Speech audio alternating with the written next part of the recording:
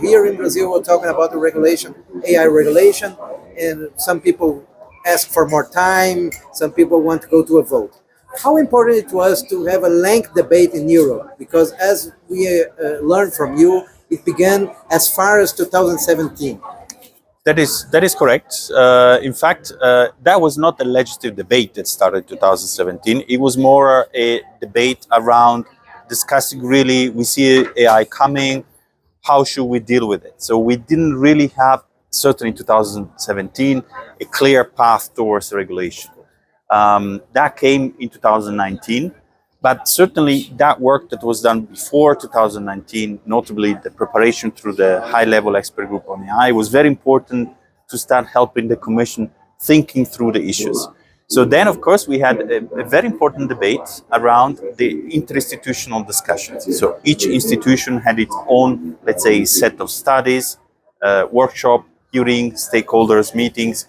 And that was extremely important because I really believe that a legislation that is so impactful, like as we discussed today in this panel, around the technology that moves very fast and we don't always fully grasp it, is absolutely important to have a wide-ranging and comprehensive debate with all impacted stakeholders to make sure we're doing the right thing. And I think in Europe, we certainly spent time in doing that as much as we could. And hopefully this has been enough to make the right choices for Europe. We'll see very soon. But one point that is always talked about is how we can find an equilibrium between regulation and innovation. Which was the European solution? How do you address this question?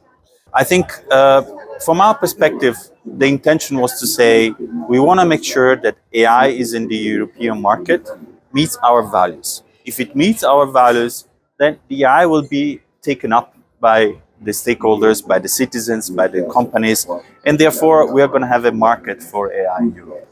Now, that being said, it's clear that every time you create rules, you create some compliance costs. So there is a trade-off to be made there.